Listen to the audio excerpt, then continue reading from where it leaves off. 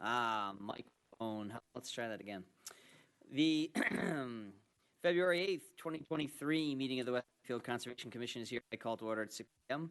Welcome to the regularly scheduled meeting of the West Springfield Conservation Commission. My name is Kevin Cote, chairperson. I'll be presiding over the meeting tonight. In accordance with MGL Chapter 30A, I must announce that anyone intending to tape the meeting must identify themselves to the clerk, provide his or her name and address for the record, and the commission is tonight's meeting, and it will be shown live on cable access TV and other computer applications and social media platforms. We inform those present that any document that is to be considered or discussed must be made a part of the record of the meeting tonight, and the original or copy must be submitted to the committee before there will be any discussion. Documents would include photos, plans, drawings, letters, and other presentation materials. I want to thank everyone for taking the time to attend, and I'm going to give each committee member an opportunity to identify themselves for the public and the record, starting with Andy.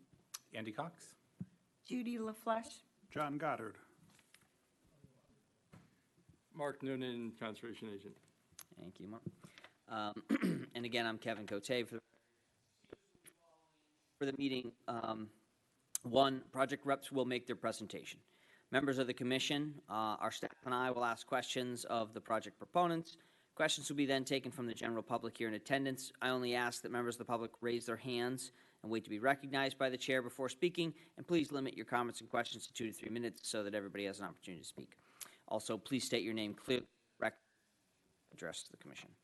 All right, so there's our opening statement. We'll move to our agenda. Commissioners, have you had a chance to review the agenda? Is there a motion to accept the agenda as written on the floor? Motion to accept. I second it. All in favor? Aye. Aye. All right, voice vote on that, unanimous.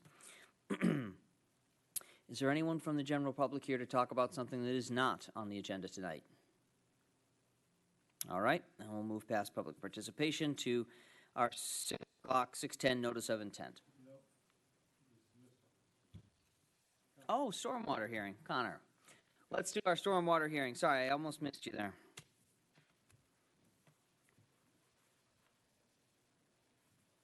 Good evening. So I am Connor Knightley, town. Better? Yeah. Yeah. So my name is Connor Knightley. I'm the town engineer for West Springfield, as required by state environmental law.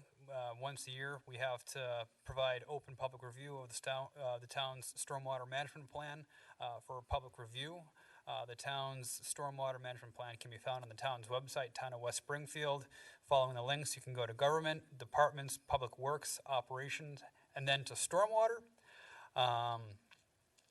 There you will find the last year's MS4 report for the year 4 report, as well as our IDDE program for discovering and detecting illicit discharges and their removal, as well as other stormwater related information through the town. And a little brief rundown of what the town accomplished last year, what it didn't accomplish last year, and what it hopes to accomplish the next year. We hit most of our annual goals of street sweeping every street every year, hitting all problematic catch basins for removal of sediment when they're over 50%. We're working on developing a stormwater pollution prevention plan for the town's yard. We had previously been under the assumption that its stormwater collection discharged directly into the sewer system. We found out throughout the last year that that is not the case, so we're working with a consultant to address that. Our consultant is Comprehensive Environmental. We're under contract with them to also supplement this year's Year 5 requirements, as well as catch up on some stuff that we missed last year. So last year, we missed our goal of developing a report assessing our current street design and parking lot guidelines to reduce impervious cover and make it part of the stormwater management plan where possible, and a report assessing local regulations to determine making the feasibility of green infrastructure practices allowable when appropriate site conditions exist. So we missed out on the first two. We're working with CEI to rectify that this year, as well as supplement other Year 5 activities. upon request, I can make that contract available to the public as well. My email information is cnightley@tows.org. That's CKNIGHTLY @tows.org. That's my direct email, and I can be reached there.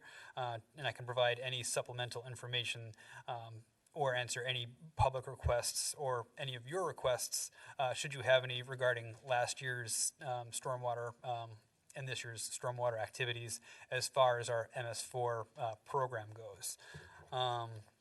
Current things under CEI this year is that they are going to review our stormwater management plan and IDE plan to make any suggestions that we can implement as part of the plans. They are going to review and inspect all the town's BMPs to determine their effectability and see how much nitrogen and phosphorus they remove from stormwater going into the New York Sound. Regulatory assistance, they're going to review our street sweeping plan to see if it can be improved.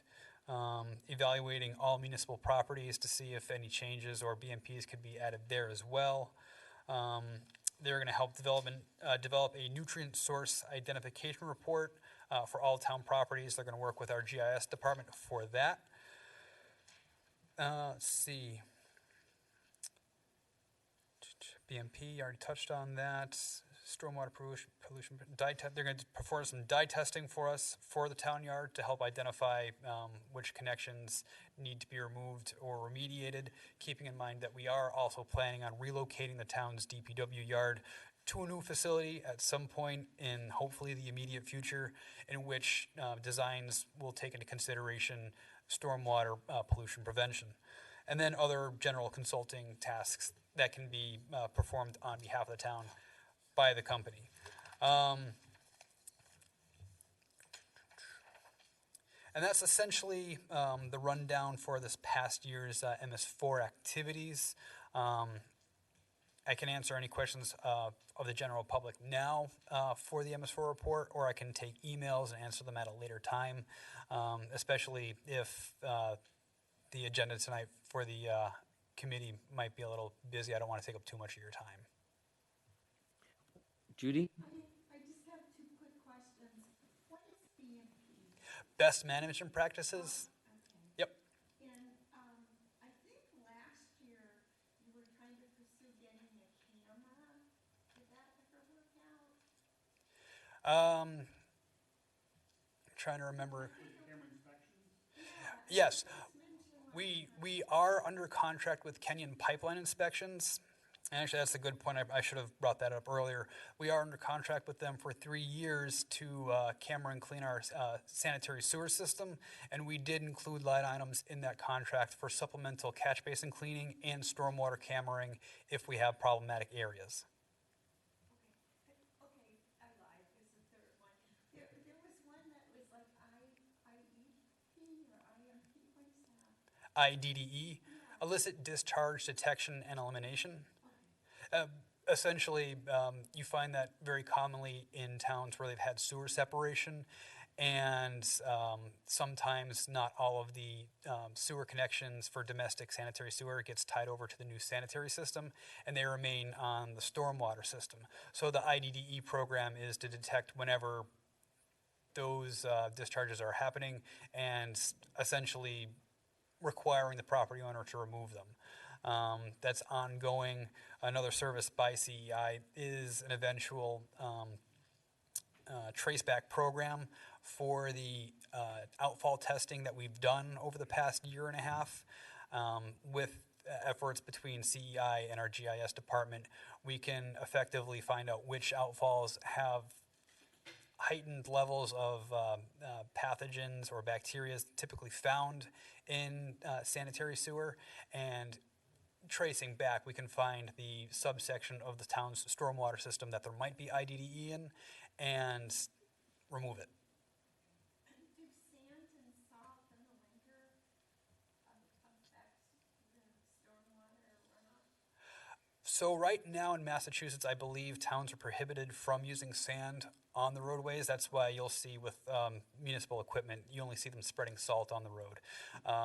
part of the regulatory reviews that CEI is going to be helping us with this year is trying to figure out a way that we can mitigate use of salt to reduce its use throughout town. Other questions? My name is Amanda Pedro. I live at 29 Rogers Avenue. Yeah, why don't you come up to it, and that way we can get your comments on record. My name's Amanda Pedro. I live at 29 Rogers Avenue. I've lived there for the past 20 years. And my question is to Mr. Knightley. We have a concern that the storm drain in the sewer may still be one on our end of the street. We're very close to Route 20. And we have a problem that's been getting increasingly worse. When it rains a lot, the stormwater actually comes into our home through the basement sewer pipe, and it just like kind of pushes in and pours out, and we have to call DPW. We're like a super nuisance to them. And they come and they flush it, and then the water recedes. And it's just been getting worse and worse with the amount of building that's been going on off of our street, and we're at the lowest point. So it's ourself and the people on either side of us that seem to have the worst problem. So is there a way, I guess my question is, to find out if it is still, I know Mr. Colson has looked at it, and it was difficult to see if it has in fact been separated, because I believe there had been work in the past. But it's been getting progressively worse, and my husband and I stay up countless hours making sure that we're not being flooded, you know. It's in addition to seepage. We have like a running stream under our home, so that's another issue. But the storm and the sewer drain are our main concern right now. Okay. Thank you. Thank you very much. So that would be something that we would be required to look into as part of the MS4 program. So tomorrow morning, I'll coordinate with our operations director, Trevor Wood, and possibly Kenyon Pipeline to see what we might be able to do for either dye testing or cameraing in that section. Very good. And any other? Mark? So, I know some towns do this. Can you please turn on your microphone? Yes, thank you. Some towns do have a sewer lateral repair program through a CDBG program where it's a 0% or low-interest loan. Couldn't they do a backflow preventer that would prevent that from getting into their cellar? That is certainly an option. However, if it is stormwater causing it to back up, it would You'd have to make be me strong. concerned that it would be a separation issue as well. So both considerations would be an avenue worth going down. But it still requires our department's attention one way or the other. Definitely. Yeah. It's just something that, you know, there's a lot of old laterals, sewer laterals out there, and some cities will offer no-interest loans through their CDBG program, and I've always thought that would be a good thing to do here, especially a lot of our older streets. I haven't looked into that with our CDBG coordinator yet, but that's also something I could look into. And if there's no other questions or comments, I will leave the committee to the rest of their agenda. Thank you. Thank you, Connor. All right. Let's move to our NOI. All right. Notice is hereby given under the provisions of MGL Chapter 131, Section 40. A public hearing will be held on Wednesday, February 8th, 2023 at 6:10 regarding notice of intent submitted by Anderson Associates on behalf of Todd Newhouse for work to install a 40 by 26 detached garage, driveway, and associated landscaping, and an existing lawn area for property located at 147 Deer Run Road. Work is located within 100 feet of buffer zone bordering vegetated wetlands. In addition to the publication of this notice in the record, it's also posted on the Mass Newspaper Publisher Association website, and the meeting will be held here in the Justin Morgan Auditorium. All right. Good evening. I'm Ron Hewitt from Anderson Surveyors. The address is 375 Walnut Street Extension in Agawam.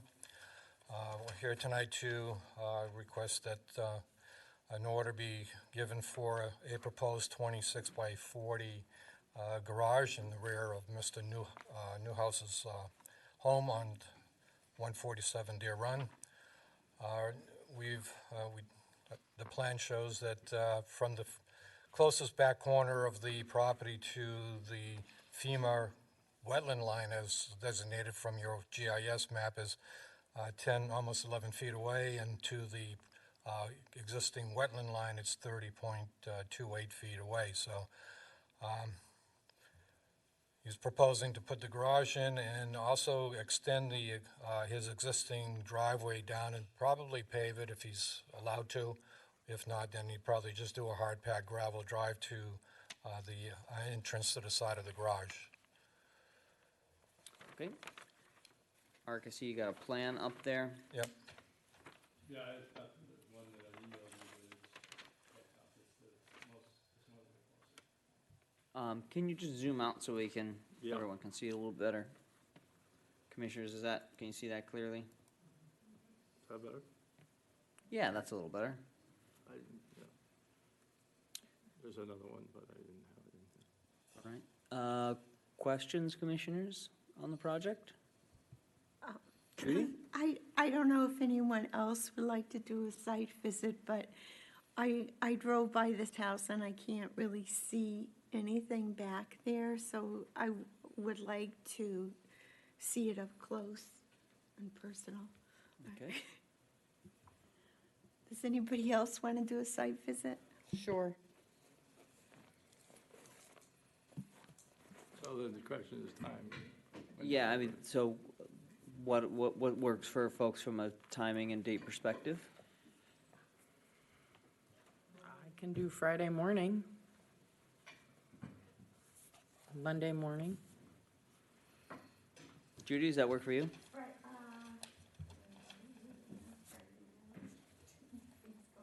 Monday would be better. What's Monday?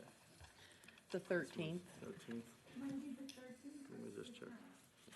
8:30? 8:30, is that okay? Is that all right with you all? How about the applicant? Well, is that okay? Does that work for the Yeah, applicant? it works for me. Okay, 8:30 a.m. next Monday? Yeah. Yeah, we'll be there. all right. Mark, did you have a question on that date, or does that work for you? No, it works for me. I just wanted to make sure it does. Yes, it does. Okay. All right, so site visit aside, does anyone have any questions based on the information we have at this point?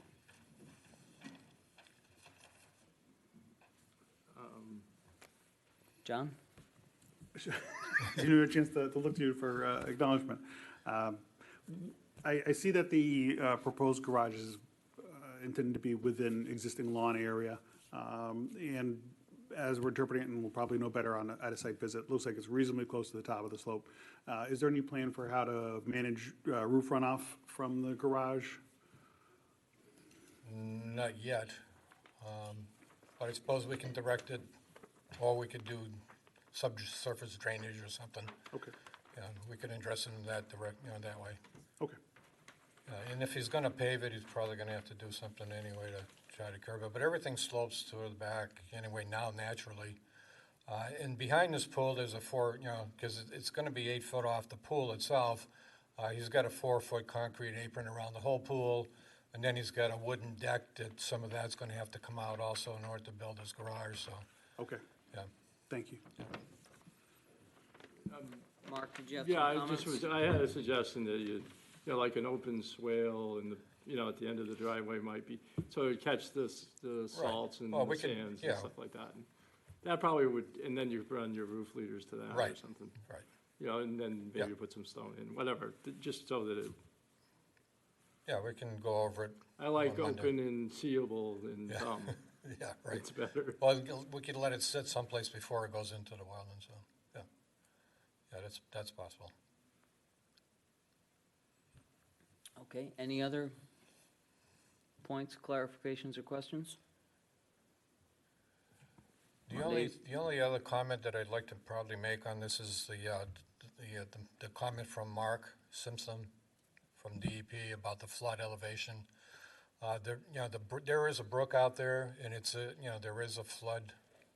It's within the flood map, but there's no elevation on the brook itself, so, but there is a 9-foot change in elevation from where that low area is to the backyard where we're proposing all this work, so, you know, if we needed to, I could do a flood elevation certification, I've done these all over, and we could probably get this, you know, get this parcel taken out, you know, with, map modification through FEMA, if it's required, but. Mark, did you want? So I spent a lot of time today looking at Allison's, when that subdivision was developed, and this subdivision, same developer. And then comparing it to some other stuff I had for flood elevation. And I agree that it's, you know, you're probably out of it. And I think this is our GIS map that's up, that shows the flood shows the flood, you know, cartoon at least. Yeah, right. My suggestion to the commission would be that, in the interest of moving the project along, probably we're all comfortable that it's not in the flood zone, is that, you know, at time of certificate of compliance, it just certifies that it's at that flood, you know, above the flood elevation. Well, if you're looking for a map modification, that'll take a little bit of time, so if that's what you're requesting, I should start it now and get the process going. Right, If you but want a I map was- modification. Rather than trying to have you do it for approval, have you Right. do it at the other end. Right, Yeah. we could do that at the same time, yeah. And I'm actually coming to this commission to ask for money I got a grant from FEMA, and I want to do a flood study of this whole brook, so it might work out this year, so that we can, so what the FEMA calls this is flood elevation not determined. And it drove me crazy, because this is a major brook in town, and there's a lot of structures. So it'd be nice to know what the flood elevation is. Right. And it's contour based, you know, the old Right. days, they would use, you know, the FEMA maps and lay them on top, and they cut across contours, and it didn't make sense. Exactly. Yeah. Been there, done that. Okay, so 8:30 Monday. 30 Monday. Is there anything else that could be looked at, reviewed? Were there any draft conditions, Mark? I didn't do a draft conditions because I thought, I got a question about site visits, so I assumed we were doing site visit. Okay. I will do a draft after our meeting in the field. It's a single-family home, so it doesn't, correct me if I'm wrong, John, no requirement for stormwater, right? It'd be a good idea to have a swale or something. Yeah, I was only asking, noting the proximity to Yeah, I the just ground with the didn't know. slope, making sure that you don't take a gunner and shoot it down. Yeah, I didn't know how rigorous Nothing we had to should- review that. So, yeah, I'll come up with something for our next meeting, a draft order, providing the site visit goes well.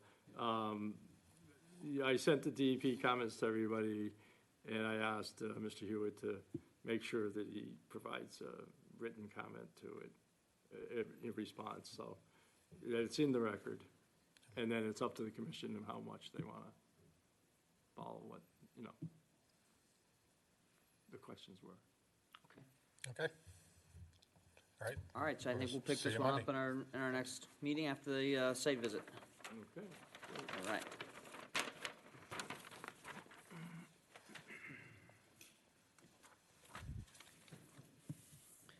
All right, where are we at? All right, so let me make my notes.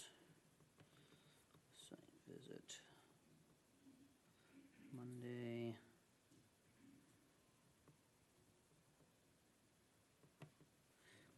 Perfect. All right. Moving on in our agenda, we have our enforcement section next, starting with 58 Front Street. So I sent out later today, the applicant requested to continue to, did he say the 22nd? I think the next meeting, I guess, because he was away. Oh, it was 22nd, yeah. 22nd, yeah. So,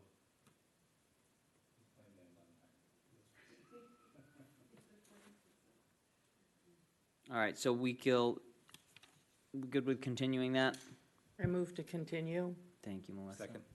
All in favor? Aye. All right. All right, so that's continued pending aviation arrival. Next up, I believe we also had a continuance request for 330-0361. right. We're waiting on a plan here on how they're gonna get back into compliance. Yeah, do you, the only question I have is, do they feel a sense of urgency? That's, I don't know if they are trying to put it off, and I don't know. Yeah, I mean, they were here, we talked. Right. We were told they're gonna come back to us with a plan. Because he said in his email, Mr. Nelson said that, I'm waiting to hear from the client. Perhaps they don't realize. We didn't issue an enforcement order yet, but we could, On and put some deadlines on it.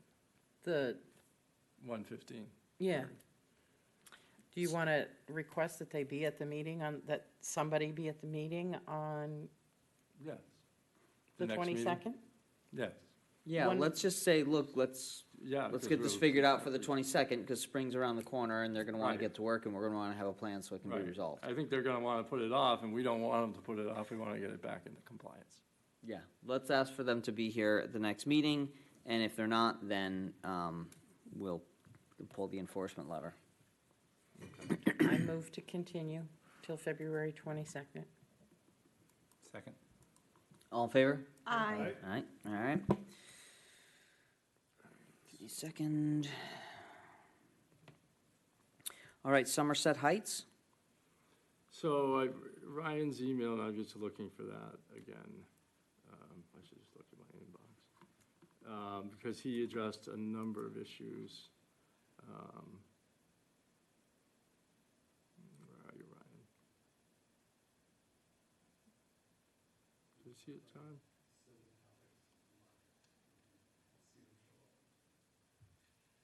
Where did I see? Did he address more than that item? Yeah, he addressed 3 items, I believe. Search in mail. Hmm? Search in mail at the top. Just put his name. Oh, yeah, Ryan, yeah, you're right. I can't, because I can't type. My computer's over there, I'm over here. Oh, okay. That's the way it's set up here. Ryan, speak to text. No, I don't have that. I sent it to you this afternoon, so I'll just go in my sent. So it'll be all of you. Let's see. No, that was Notario. Come on. This is Ryan Nelson. So he says for, what was this one, 115? It just says 115. He doesn't say anything about Somerset in this email. But we're still waiting on a plan of how they're gonna move that stuff and go from there. And then we could just write the plan, write the enforcement to reflect that, but for some reason, they don't wanna follow it. They don't seem to be giving it to us. Did we already issue an enforcement here? Yeah, we issued enforcement in March of last year. Do we refer this to the attorney? Yeah, we could. I mean, I think that I'll send the same thing to Ryan. Look, you need to do something, give us something so that we can get the order out. And if they don't, then we're gonna refer it to legal. Yeah, I'm not gonna wait a year, so, March Get 23rd on the- would be a year. yeah, Yeah. get on the ball, or you can talk to the lawyers. Right. I don't have time for that. Agreed. All right, Interstate Drive. So this is what he said. Attorney Barsom is offering $3,500 as a mitigation payment in lieu of carrying out a mitigation restoration activity on other property in town. Her company, Maverick Media, is not local, and oversight of taking on such a task would be a logistical problem. That's why they hired you. Anyway, she feels that the West Springfield Concom is better positioned to use the funds in whatever purpose they see fit and can better manage a local mitigation activity. Mitigation activities on 120 Interstate Drive is not an option since she does not own the property, and based on the feedback from the owner, this does not seem probable. I will not be attending tonight, but please forward this proposal to the commission and let me know what consensus of discussion is. Discuss. I want mitigation done on site. They knew that what they needed to do, they knew what the order of conditions were. So their point will be that the on-site where the activity took place is Mass DOT, and that's why I've been hoping that Notario would be here, so we could talk to him about possible sites on DOT's layout for mitigation, but he's not here. It's their problem to come up with a solution. Right, so I guess I need to give them feedback about the payment. I'm I'm not, for me, I'm not gonna be bought off. You'd rather see an actual physical Yes. thing, okay. I'll let them know. I don't know, I could be negotiated with. But we're setting a precedence by doing that. Yeah. John? For the sake of discussion,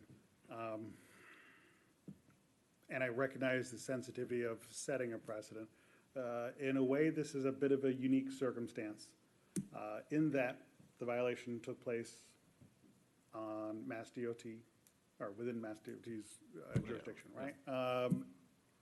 Were that to be a different landowner, there might be a different avenue to, if you will, make things right. Trying to chase Mass DOT for work done on their property, for them to make it right, I see that as a long road, even if it was undertaken by a different party. So for the sake of discussion amongst us, I do see this as a fairly unique circumstance that perhaps would not be as likely to set a precedent for expectation in the future. Having said that much, if there's been different experience with Mass DOT, please inform me, and I'll say, oh, this is, No. I mean, habitual. I wanna, sorry, Mark. No, you're. Mass DOT, there was a violation on Route 20 that they have not responded to. This is the second violation. 1. 2, who asked them to trim the trees?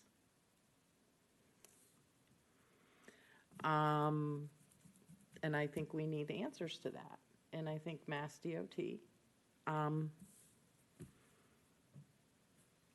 owes us a visit. I did call Rep. Finn's office to see if they could get them in here. I don't know where that stood. I have an email, but I'll share it after, for the next thing. So that's my thought, that if people aren't held to a standard, even the state, that's a Right, but problem. we're not getting offered $3,500 from the state. We're getting offered it from the Maverick Media. Now, Why is so let me ask a Maverick question. Media, why is Maverick Media doing it? Because they're the violator. They're the ones that had the order. They're the ones that trimmed it so somebody could see their 150-foot billboard or whatever. Right, so let's just pretend for a second they owned all this land. We'd probably ask them to replace the trees or something, right? Correct, yeah. Some landscaper would have to go in there and plant some native species that we approved, and there'd be some cost to it. Do we have any sense of what that might look like? We've had a lot of people come through and seen a lot of proposals with dollar signs on them. What do we think that's worth? John's probably your better one to talk to about something like that. Yeah, to be fair, I haven't seen the extent of tree clearing, or I haven't noted, let's put it that way. And it's hard to put a value on the removal of existing mature vegetation. So I don't have a good frame of reference, but I have been thinking about, well, how much work can really the town do with $3,500? And I recognize that that's a modest gesture. Understanding that you'll be paying prevailing wage, plus material costs. It's a question, I guess, of is it commensurate with the level of the violation? Yeah, I mean, if they came back and said, hey, we cut X number of trees, and we're like, all right, then you're planting X number of trees, that's something you can get,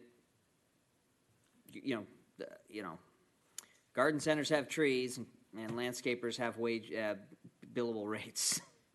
So and that's my question, is $3,500 even in the ballpark of what, if they came to us with a plan that said, sorry, we cut down 12 trees, we're gonna put in 12 new ones, and this is the bill, what would it be? I couldn't tell you. I've never had trees planted by a landscaper. I can tell you that I had 13 arborvitaes 2 years ago that needed to be replaced, and it was $13,000.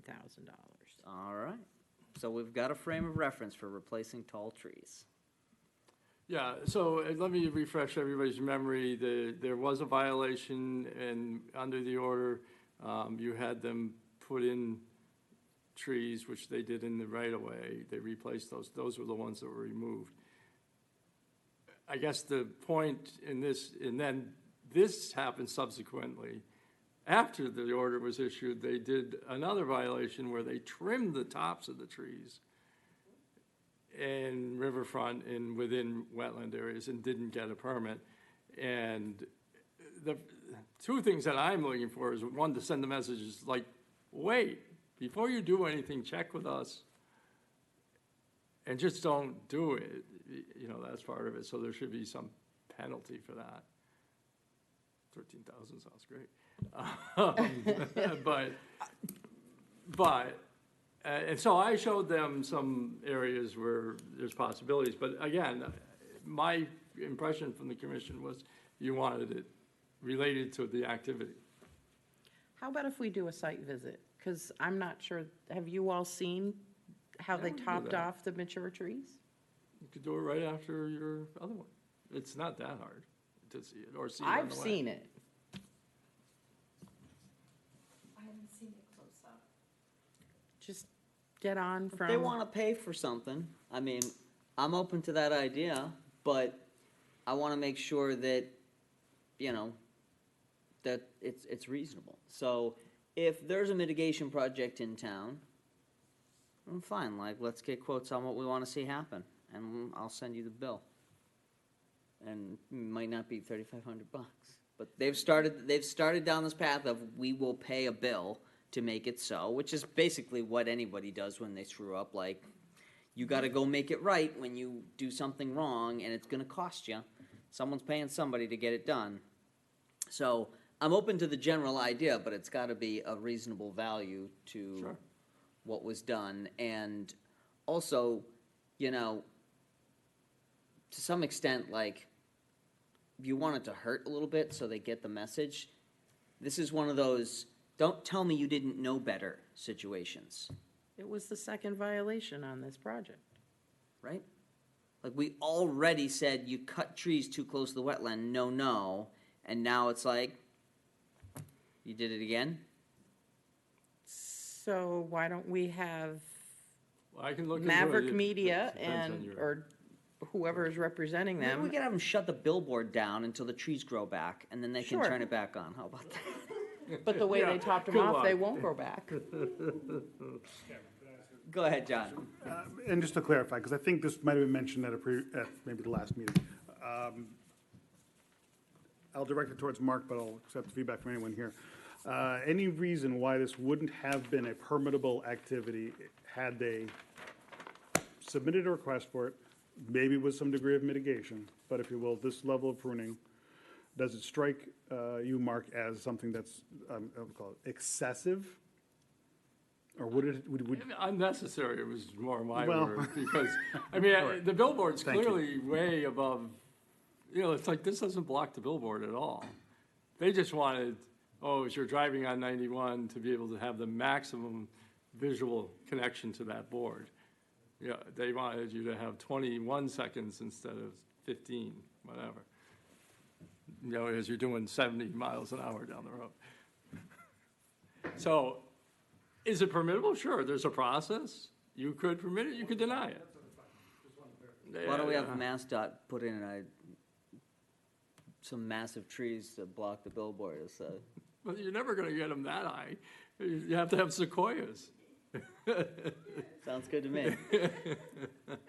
Punishment fits the crime. I mean, so, you know, it's like, we got two problem offenders here. This site has been trouble, right? So, like, again, I'm okay if they're basically saying we're gonna struggle with doing something local, we'll just pay for it, then fine. Then I'm gonna pick a project that I really like and send you the bill. Right. And then we gotta deal with MassDOT too, because this never should have happened. They should have said, no, you don't have permission to cut those trees. Right. And if you want permission, you gotta go follow the rules and go get a permit.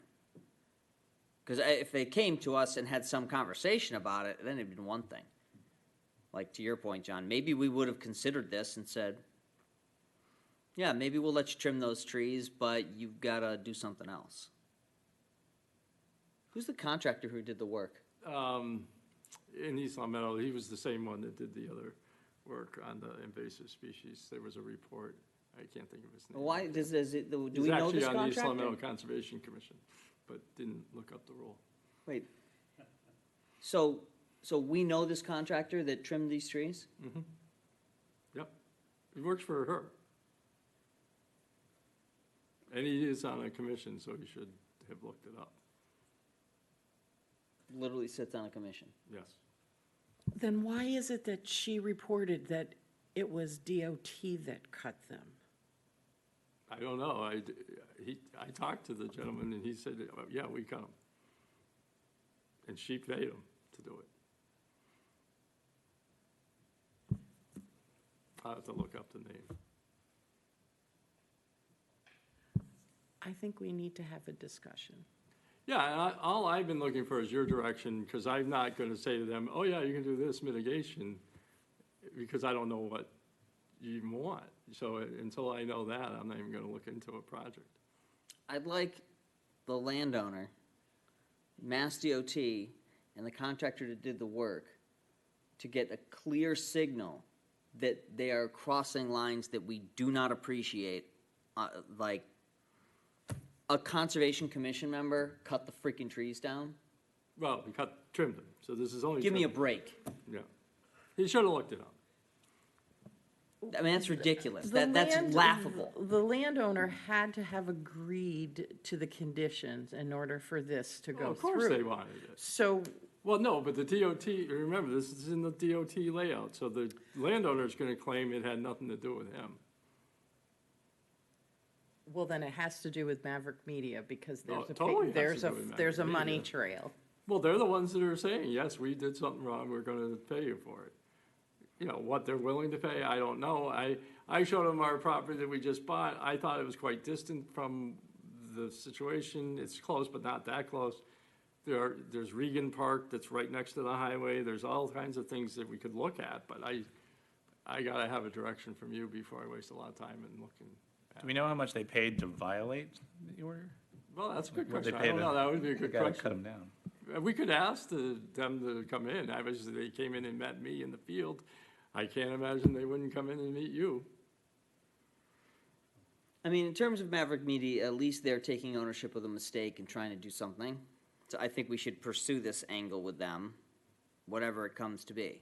Whether it's a bigger number, whether it's if you want the commission to help give you a project on a silver platter to do that work, then fine. Maybe it's $3,500 for our time and effort, and plus you pay the bill, or whatever it is. But I'd like to. Yeah, I don't know. They at least we have a path to move forward with. The contractor, I think, needs at least a letter from this commission that makes it clear, you know, pay attention. Don't accept the job next time, because like this is us putting you on notice that you screwed up. As a contractor, you should know better than to accept a job that you know needs a permit. Yeah, Nobody goes out and says, you know, this guy's not going to go out and build a garage at a previous applicant. Be like, oh, gee, I didn't know I needed a permit to construct a garage. Like, give me a break. If you're in construction, you know what it takes to do work in a town. And if you work as an arborist, sit on a conservation commission, you know what it takes to do work in a town.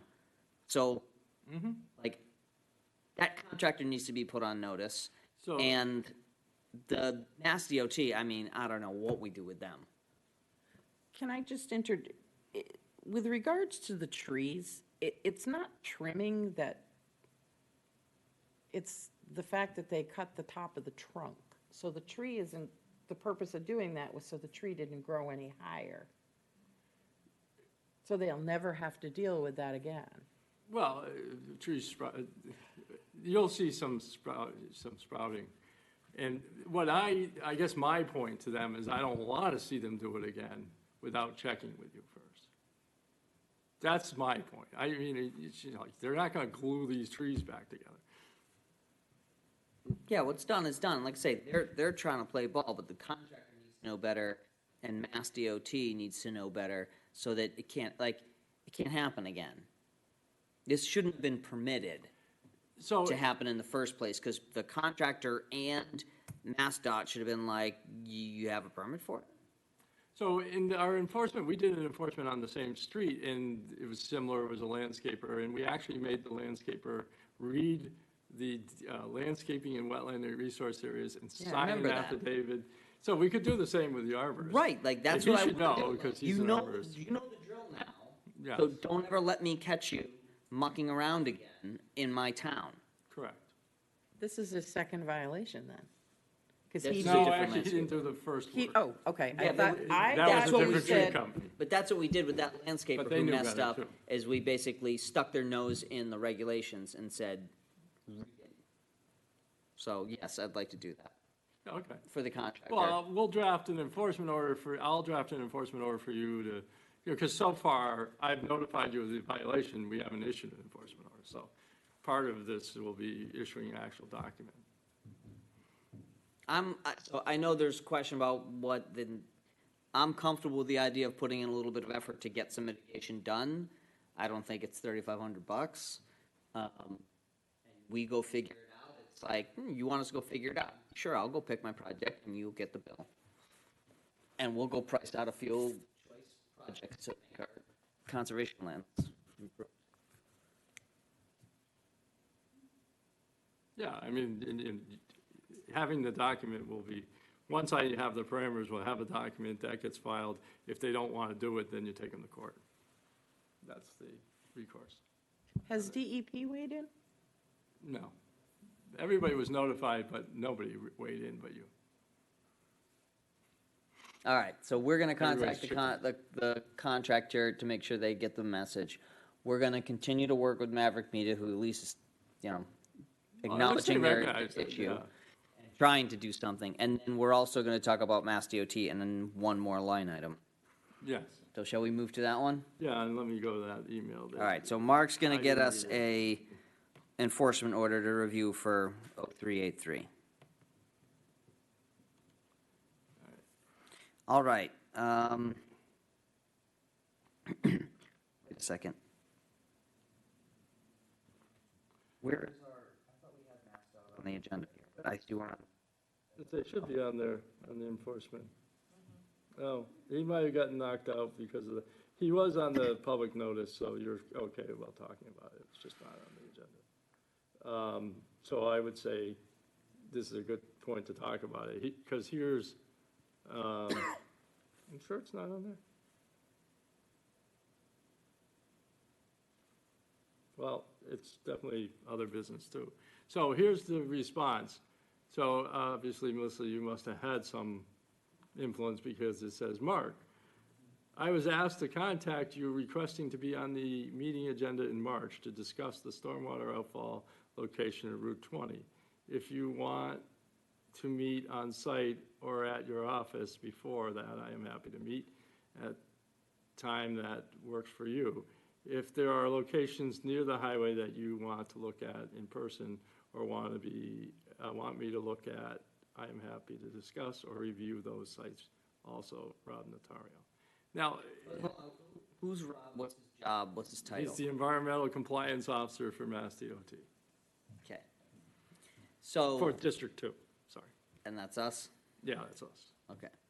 So, that's nice that he's reaching out. Absolutely, I think a walkthrough of some of those issues. I think there's that Route 20 issue, and now there's this enforcement issue. What else do we have with Mass Dot? Is there something Well, else so lingering? on the Route 20 issue, we had that enforcement with them on what they did, but they still didn't, the drain, they fixed the wrong drain, and they still haven't fixed the drain they were supposed to fix. So they still have to come back to us to talk about that. I would like notice of intent for that. Okay? Because he asked me that, and I said, well, I'll find out from the commission. Filed for the permits to do the work you need to do. I think we need to address that Route 20 issue by making sure they do that. And then we've got to talk about, what are you doing giving permission for this work that is in violation, right? So like, we have a history with these folks that goes back even further. We don't need to get into all that, but I'd like Right, Rob to yes. understand that this commission is not happy with the Mass DOT's doing, failure to follow the rules on a consistent and regular basis. So it's, what are you going to do to change now and going into the future? What are the controls and procedures that your department is going to put in place? You know, or do we have to go get Maura Healy in here to talk about how they're going to run their operation better? Like, who's gonna just fix this stuff? Like, how do you have this many? How do you fall down this many times with one little town in Western Mass? Like, it seems like there are systemic issues with just following the basic rules from a state department that needs to be very aware of and understand these rules across all the work they do all over the state. So I would like someone to speak to that. Tell me how you're going to comply in the future. Is that stern enough dad voice for them, maybe, I think, to listen? It was well worded. Holy moly. Second. Well, how, So I he can meet agree you in the totally. field and tell him he's coming to a meeting in March, and he's Well, gonna he's talk about supposedly their been coming systemic to a meeting problems. since December, and he I hasn't want the been here. date, and if he doesn't show up, then we're going over his head. But we're not happy, so you better show up. Well, I had to go to Rep. Finn's office to get this. That's how we got this response. Because I called today and said, what's up? Can you make contact? So clearly they did. So someone needs to come in and take their medicine, and then give us a plan on how they're gonna figure this out. Yeah, I think in some ways you're better off, it'd be great to have him in, but at some point you might want to elevate it to the District 2 director, which is, because Patty, we involved her, and she was all apologetic, and then nothing.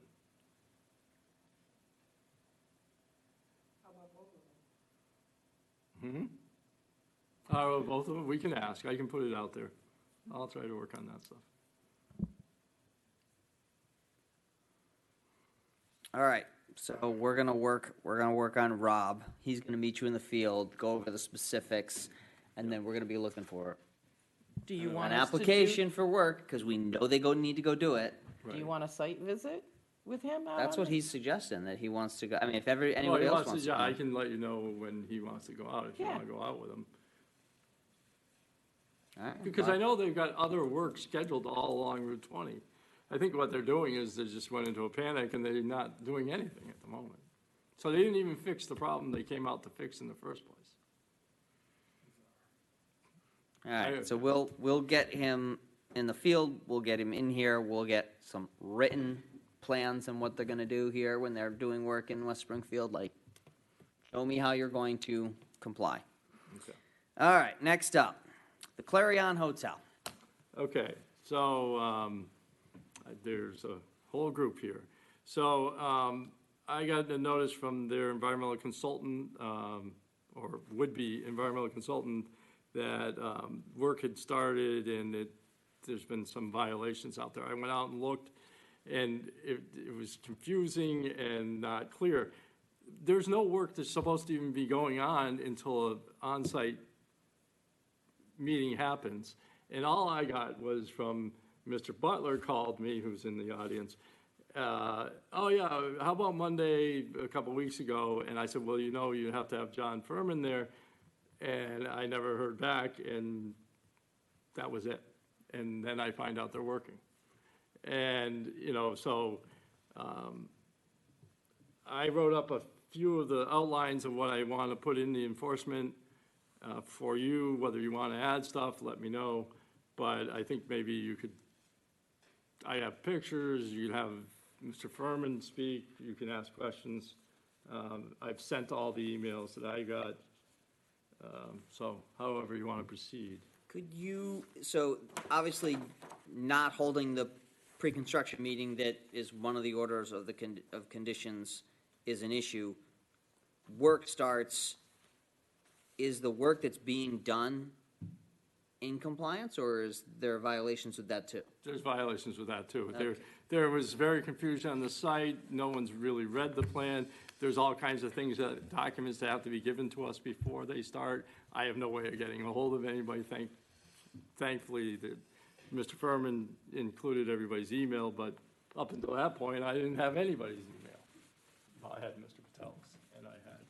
So this is just the sort of things I'd like to see in enforcement. And I'll write them up. I got this. And I'll give this picture. But it was mass confusion on site. Nobody had a copy of the order with them or could produce it. No plan, one person had a plan eventually. And then confusion of where the staking was. And it seems like, oh, they were doing the work and then putting in the silt fence. You put the silt fence in first, then you start. So we got issues. All right. So thank you for summarizing, Mark. I'll put up the pictures. Mr. Furman, you want to introduce yourself for the record, and Certainly. whatever you have to say on the matter, we'll take that into consideration as well. All right. I'm John Furman. I'm the office manager of VHB in Springfield. I am the engineer of record of the project, and as Mark had introduced me, I am not yet the environmental consultant for the project because I have not have a contract issued with the owner. So the way this all came about is when the order was recorded by Mr. Patel, I got a copy of it. I forwarded it to Mark some time ago and then emailed a copy of it to Mr. Butler and said, this is for your records. There's a lot of things you have to do here before we get going. We had email conversations back and forth, copies of plans and stuff like that, but I had no indication that work was ongoing. The site contractor, who was sitting next to Mr. Butler, called me and said we had what he thought was a conflict between a drain line and electric duct bank. So I made an arrangement to go out there and meet him. I was surprised all the pavement was already pulled up, and I saw one of the fence panels was taken down where the detention basin was going.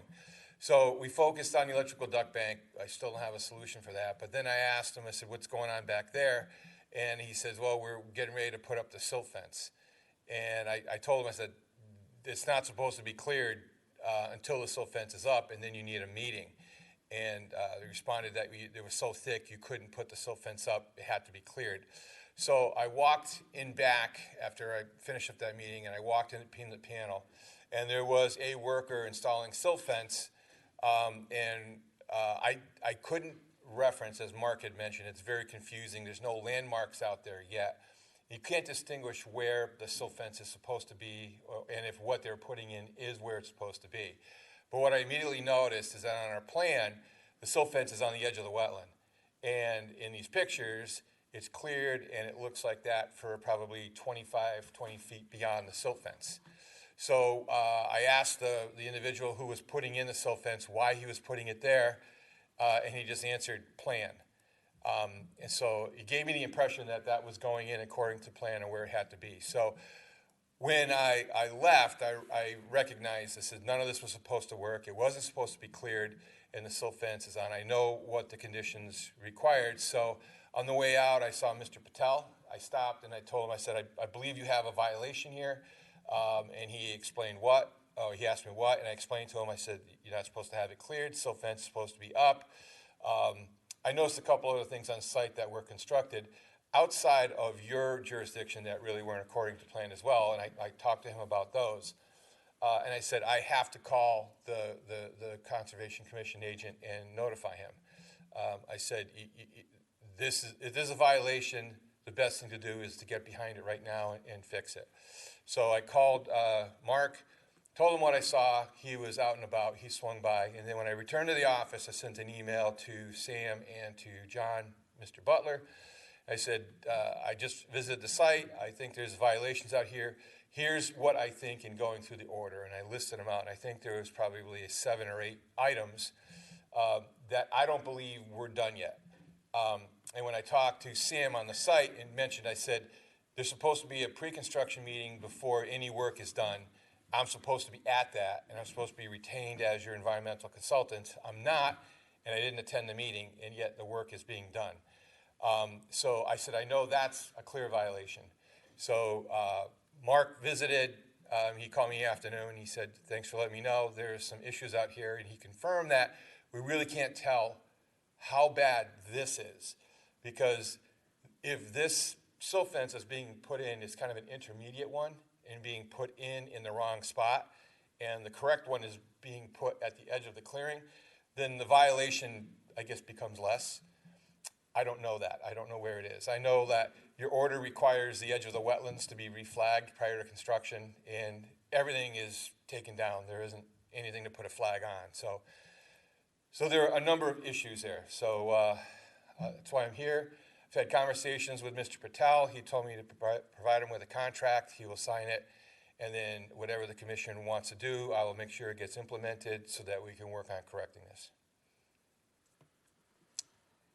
Okay. Does anybody want to weigh in here? I'll start. In this current picture, correct me if I'm wrong, John, I thought the fence was put up so that there was no work to be done behind that at one point,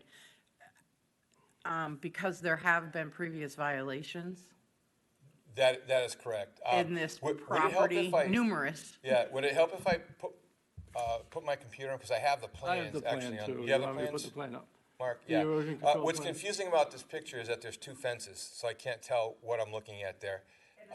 Yeah, I don't know where that So picture's do you want me taken. to go over to that side and zoom Start at the basin, right there. in? Okay, but zoom in? Yep, please. So the fence is right at the heads of those parking spaces.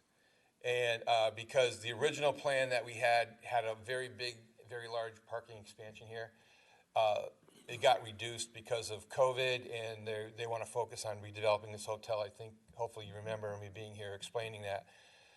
So that right at the beginning of the parking spaces, there's like 1 or 2 fence panels removed. And that whole area is currently wooded, or was currently wooded, and now it's like the pictures. And the fence line, the silt fence that is being installed in this picture, if this picture is correct, would be where that riprap overflow swale is. And all the area beyond it would be cleared. So I guess what's hard to explain, so that if the silt fence is in the right spot, then the area from that riprap overflow swale to the clearing that's shown on here would be in the wetland.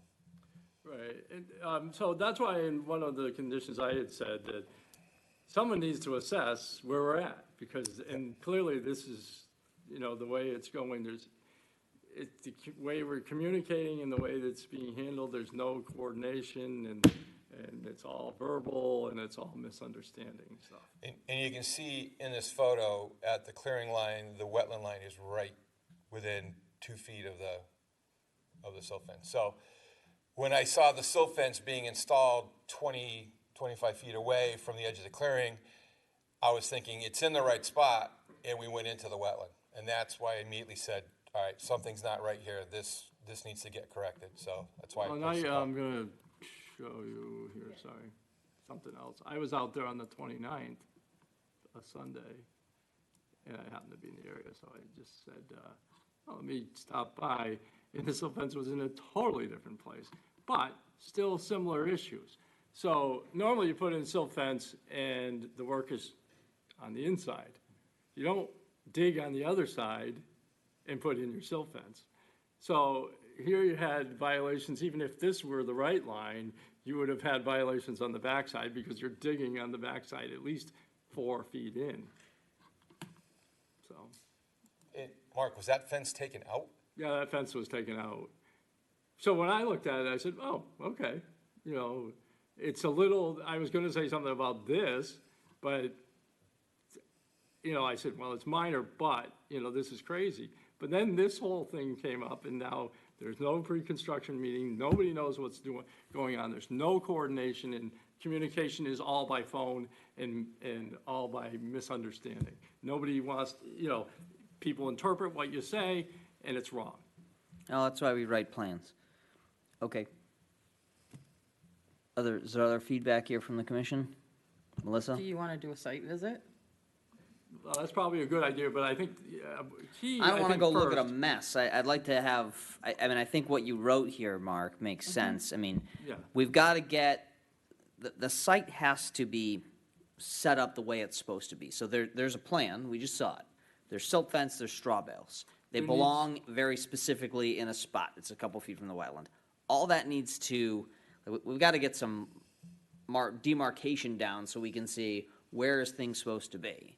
Because it's going to change the conversation. If it's, there's a little more room here, it goes there, and this Right, work we could- happened where work maybe should happen, and, or, oops, it's way too far, that's a totally different Right, ball then of you do a wax, because mitigation now we got plan. mitigation to deal with. So I I think that's really step one before we even make, so then a site visit becomes valuable.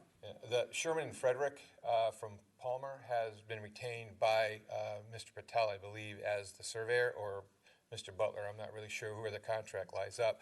But he has our CAD file, and that shows the wetland flags, that shows the straw bales, the silt fence. So it's very easy for him to pick out those points and reset them. We don't need an environmental consultant to reflag that because there's nothing to reflag. It's just you can't tell. But the delineation that is shown out there was approved by this commission. So if we can call the surveyor and have him stake those, work it into a schedule, we can probably have those areas, the silt fence and the wetland flags, set up very quickly, and then we'll know exactly what we're dealing with. I want to back up. My first point is that Mr. Patel hires the environmental consultant as was requested by the commission. Well, the first one was cease and stabilize. Then get the consultant on board. And then somebody with a brain has got to be coordinating this and then understands the compliance issues and the communications things. But instead, it's chaos. John, did you have a? I was just going to, point out that, the hiring of the environmental consultant, ideally someone as informed about the entire project as VHB, right, as the design engineer. But, they end up just being the reporter, right? So while we can't mandate how someone conducts their project, I suppose. Well, who they hire, sure, but but it does say that if you hire an environmental consultant, it has to be approved by the commission. Sure, and that's fine. All I'm saying is that environmental consultant's gonna be, reporting back to us, and ideally, the violations cease, the coordination commences, and so on and so forth. Yeah, it should be simple. But otherwise, through you'll be getting your weekly reports, and it's shaky. at Yeah, I best. mean, I added some things, so you may have to go back to Mr. Patel and ask him, he's got to add some money to this contract because I'm asking for weekly reports during active construction from your company. I think there's two things, and I'm happy to fill that role as a design engineer. I know Mr. Patel. We worked with Mr. Butler before on other projects, so I'm happy to do that. What kind of concerns me is I don't see supervision on the site, and we're not managing the construction project. So we can help on the environmental consultant side. We can fix this violation, but I think, John, you kind of said it best. All we'd be doing at that point is stopping in and looking at what's occurring. We are not hired, and our firm does not provide construction direction. So I think looking at the whole project, I think what needs to happen and what's lacking here is a qualified site supervisor who will get the plans, understand them, accept the order of conditions, and execute them. That's what I think is needed, in addition to the environmental piece. That person needs to be identified to us, so we know who's in charge on site, right? Because we don't need Mark can look at sites and come back and tell us what's going on. Right, I mean. But really, we need someone who's in charge on the job site. Most job sites, someone's running the crew.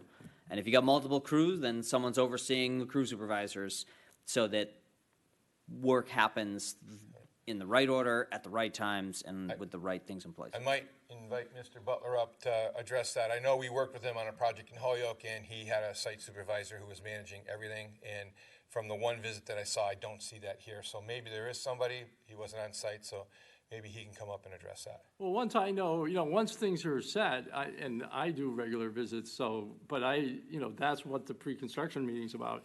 So I know it's kicking off, then I'm out there regularly to look at it, and then I know I can call the environmental consultant, I can call the site supervisor, I can call the applicant. Ideally, I want to call one person, but I don't even have emergency contacts, which is one of the things you have to have before you even start. I don't have them. So, and up until you sent the email, I didn't have Mr. Butler's email, because I've never gotten an email from him. John, I would you think like these to- items run would through. you like to address the site supervisor? If that's all right with the Yep, that commission? would be fine. If you could just introduce yourself for the record and just a brief explanation of your role in this So situation. I'm John Butler. I'm the owner of Commercial Development Services Group. I'm the GC. Okay? I oversee the entire project. And I want to start by saying, I thought Mark and I thought I was on the understanding of what Mark expected from me. When I was hired for the job, Sam Patel told me that John was going to work with us. Did he tell me he hired him as a consultant? He did not. I assumed that he did because he was doing the engineering, that he would just follow through. Yesterday when Mark came to the job, I think you know, Mark, I was very surprised when you said he'd even hire him as a consultant. I didn't know that until yesterday. But I want to back up a little bit. So when I got the job, and John said, well, Sam gave me all the paperwork first, the conditions. I went through them all. There was a lot of paperwork that had to be, filed. I personally brought the paperwork down to Mark. I went in your office, Mark. I sat down with you. I gave you all the forms, emergency numbers. I don't have your emergency Hold on, contact. Mark, can I finish, please? We sat down, and I'll tell you why, because I sat at your desk, and you said to me, because I had called a few times, and I tried coming a few times, you weren't there, and you said to me, when you left me a message, John, I was kind of taken back, because you told me that one of your best friends was named John Butler. And Yeah, so we had that conversation, but so what? But we did, Mark, and when I gave you the paperwork, you went through it all, we turned your computer on, we talked about it, and then I said, part of the conditions, please, Mark, I'm getting a part lot of the of, conditions what- say that Let him you- finish. Part of the conditions say that you have to put the silt fence in. I said, Mark, it's a jungle here. How am I gonna get the silt fence in? I don't ever go out and do things to pee anybody off, or especially against wetlands. I know how bad that is. I worked with John on projects. I know this. I said, Mark, I gotta clear a little bit to get in there. That's what we did. I called Mark 2 weeks ago, and I asked him about setting up a meeting. He did say, I have to get John. I didn't get him because Dana couldn't be at the meeting that I wanted to make on Wednesday. So I didn't put it together. so why were you working? Because Mark, I had to put the silt fence in. And You again, did a whole site plan. listen, everybody up there, I assure you, I didn't go do this on, I thought my conversation with Mark and what we were doing was accurate. I did. And it's obvious it wasn't. I still don't understand, Mark came to the job yesterday. I came right out. We went through the whole thing. He walked me, and I thought Mark was very fair. You need to do this, we need to do this, let's do these things. Then me and him walked the rest of their property, asked him some other additional questions around the property. He said, if it's not in a plan, don't do it. He said, Sam has to hire John, blah, blah, blah. And then he said, I'm gonna go see Mr. Patel. He went and saw Mr. Patel and he come back, and I don't know, I mean, he was not happy at me. No, because everything, Let him finish his And spiel. honestly, I'm not about pointing fingers. I want, for the client first and foremost. But understand, Mark, I don't ever go into wetlands. I know the importance of it. But we had the silt fence up, Mark. You went there last week. I'm baffled. Why didn't you call me? Or if we didn't have a job, then why did you go there? It's like, I don't understand. I don't I have understand to some of check these things. to make sure you're not working. But then you said, sorry, and you said that you were setting up the silt fence. But I get to the site and it's not even done right, and now I find out that it wasn't even the right place. So I like to I'm check. glad, Kevin, you said what you said, because we don't know what the damage is. We don't, John. We don't know where don't it is know. or whatever. So the company that John worked with, I can't remember their last name, the surveying company. So they came out, and Dana can say a little bit more about some of these things than I can. But the silt fence we had, they said it was in the wrong spot, had to go back farther, so that's why we took it out, and we were putting it back farther. The wetlands is delineated, I believe it's still the blue stripes out there, right? We're not close to it, but again, it's John's responsibility, once he's hired, to do that, to say to all of us that we're okay. I get all that. Let's hope we are. So let's focus on what do we need to do for moving forward, right? I think what was written down here is the right level of activities. Obviously, the EC was supposed to be on board at the start, and so that's got to happen, right? Yeah. So the environmental consultant's got to be there. We've got to make sure that things are in the right places. Like I said before, let's figure out where we are. Sure. Let's get these stabilization controls installed and make sure they're in the right area, and then we can take a look around and say, all right, did work exceed the limit of work as planned? Okay. Did it not? Like, I think that those are the things to me that have to happen right now before we can even assess if we have, do we have problems beyond pre-construction and other issues that didn't happen? Like, 'cause my biggest concern is less about if we missed a meeting. I'm more concerned about, are we screwing up the wetland? Because if that's the case, then it's a restoration thing and it's a whole nother ball of wax. So I think we really got to get down to, get the EC on board. Let's get the demarcation and landmarks in place so that stabilization controls go in where they belong, right? And then we can sit down and look around and say, like, okay, what's going on? Are we ready to proceed forward with construction? Do we need to get restoration looked at? We don't know what needs to happen until I think we know where we are in the ground. Because these photos, I don't know what to make of them until I see a flag and say, okay, that's the wetland, and if we're, over here with our silt fence, then great, and if it's 10 feet that way, then problem. So yesterday, Kevin, Mark came back, and after we had our exchange, he came back and talked with Dana, or Dana talked with him, and we did exactly what Mark wanted. We have photos, we can send them to email or whatever, but we did do what you asked. We put the silt in, we put the straw on the outside.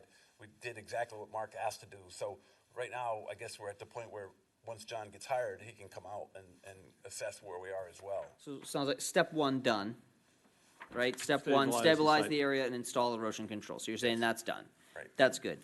We're not going to do any more work until we get the EC on board and they can assess that against the elevations of where, if it is it in the right place, is it in the wrong place? That's step two, right? Okay, yep. Or step 2 and 3.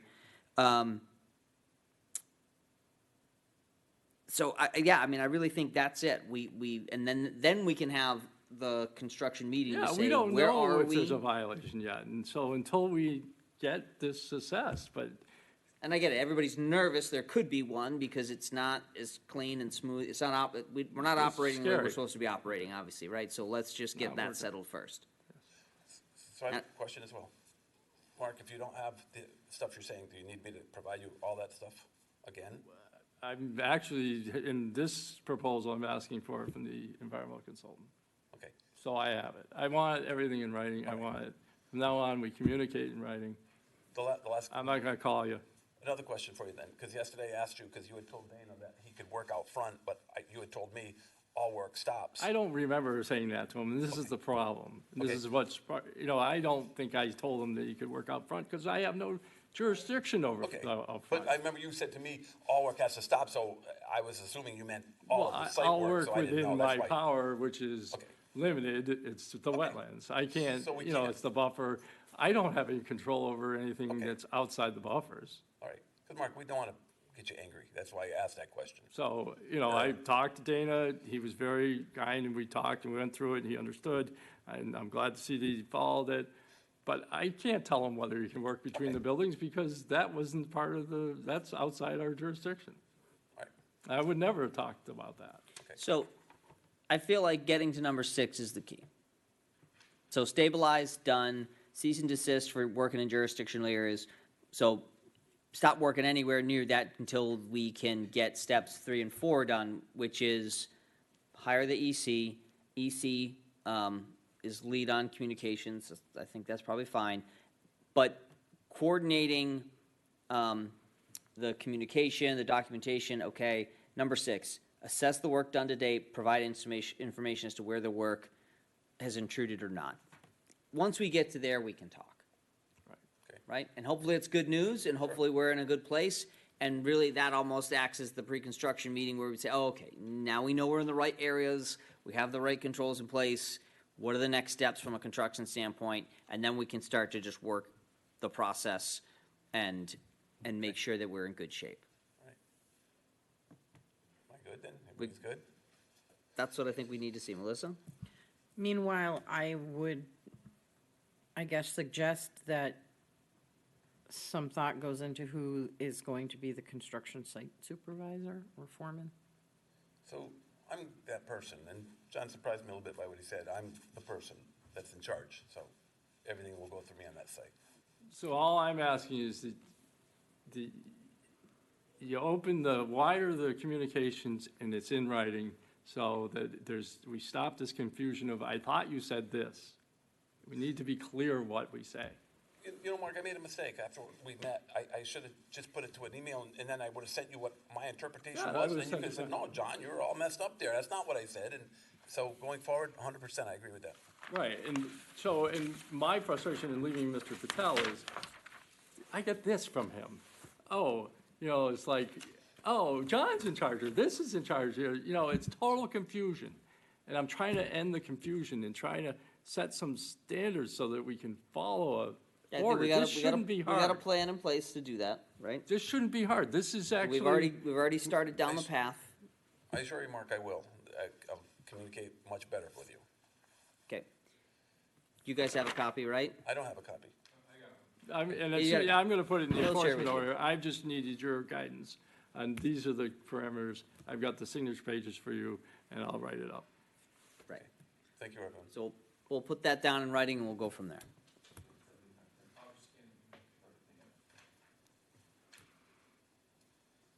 All right. Any Yeah, other? so let me know, or somebody's gotta provide evidence of this. Hiring. Really? Yeah, really. I'll visit the site prior to the end of the week, and I'll kind of gauge where the silt fence is installed and look at the erosion control barrier. And if it still seems off, I'll see if I can commission Sherman and Frederick to pin it, unless that's how it got put in. Did it get put in by Sherman and Frederick? No, The silt fence, did they pin where it was supposed to go? Yeah. Okay. All right, right, but I don't think what Dana and I agreed to, just to stabilize, is the right location. okay, all right, I said, just do this, stabilize it, then we're gonna assess it. okay. Because so it's still possible that it's not in the right place. If the, Yeah, but where I was, you know, I was standing in a place and I said, follow this line, you said, okay. Well, that's not the line that, Yeah, but that's number 6, right? So that's a question that'll be answered by step 6. if the wetland, I didn't see any wetland flags, but if, again, I wasn't prepared to walk out and look for them. If they're there, I should be able to pull they should be refreshed. a They're- line, refresh them, make sure that they're all there, and I should be able to spot the fence and the silt line from there, so. So we're looking for confirmation from you or Mr. Patel once you're hired to Yep. do this job Yeah, that we're I will, asking you to do. I would say that, look for it from me. Perfect. Yep. So we're looking for that. That's step 3. And then really we're down to step, 3, 4, and 5 are kind of just requests for how this thing's going to work and flow. 6 is the assessment. So Yep. we'll look for that. I'm hired, and we'll look for the assessment, and then we'll go from there. We'll go from there. So, could I ask to be put on the next meeting? Because I think I can have this Plan to be on it. somewhat resolved by then and come back in with answers, Yes, so, that would be nice, all right? right. But we're not doing anything except for sort of administrative until. We're correcting this is what we're Right. doing. That's Right, exactly I'm not even sure you should move the silt fence yet until. Okay. If it's in the wrong place, what I may do is, if it's all right with the commission, I may have them start putting in a separate line That's along fine. the new line and leave that one there. That would be fine. Yeah, so we'll take care of it that way, so. All right, All well, right. But if there's extra grubbing that needs to be done, I wouldn't do that. I guess that's my point. That's fair. So, on behalf of Ms. Patel, I apologize. Just communication errors all around, I believe, and we'll right the ship. Okay, All right? Thank you very much. thank you. All right. Next up, we have a request for a COC for 0383. We're not going to consider this until we get our Right, enforcement that's right, settled. right. So, that's Just continue. continued. Move to continue the request for COC for 120 Interstate Drive. Second. All in favor? I, Aye. That's unanimous. Other business? Is there anything else, Mark, No. that you had? 42 Pheasants? No. I think you sent out Oh, I conditions. said, I just, that's more administrative, wanted to make sure you're comfortable with what I wrote. Has the I wanna applicant be responded careful. yet? I think we talked. I've to him. talked to his consultant, I talked to you guys about changes you wanted to make, and if you're good, I'll just record it, or file it with EDEP. I changed two conditions to make it, one of the commissioners wanted to make sure we were noticed, and the other was to make sure they had a plan, so. Is there anything else related to 42 Pheasants that we should discuss? Was there a We neighbor did- have an Well, issue? no, I did, it's not too relevant. I did have a citizen who is in a butter, thought that the hearing went too fast and that we should have waited and done a site visit and waited for more input, that somehow there was I think that I've sensed, and you were on that email, which was sort of my draft attempt to start doing that letter to the neighbors. I talked to him and he said, or he emailed me back and he said, thank you, this is helpful, and he seems okay. But I think, I told him to keep in touch with us because if he's experiencing a problem, we want to know about it. Open meetings are open meetings. That's Yeah. why we insisted that a notice be sent out so that abutters could attend the meeting. If you don't show up, I think I said this in the meeting. Yeah, You got it, So I'm glad that we were able to provide some information that was useful with the follow-up. Yeah, and I'll send him a copy of the order, and if he wants to appeal it, he can. And this is why I insisted on a notice of intent. Exactly. So. Yeah. Okay. I think that's it. Okay. All right, well, then I will hereby call this meeting You're longer. closed at 7:28. Thank you, everyone.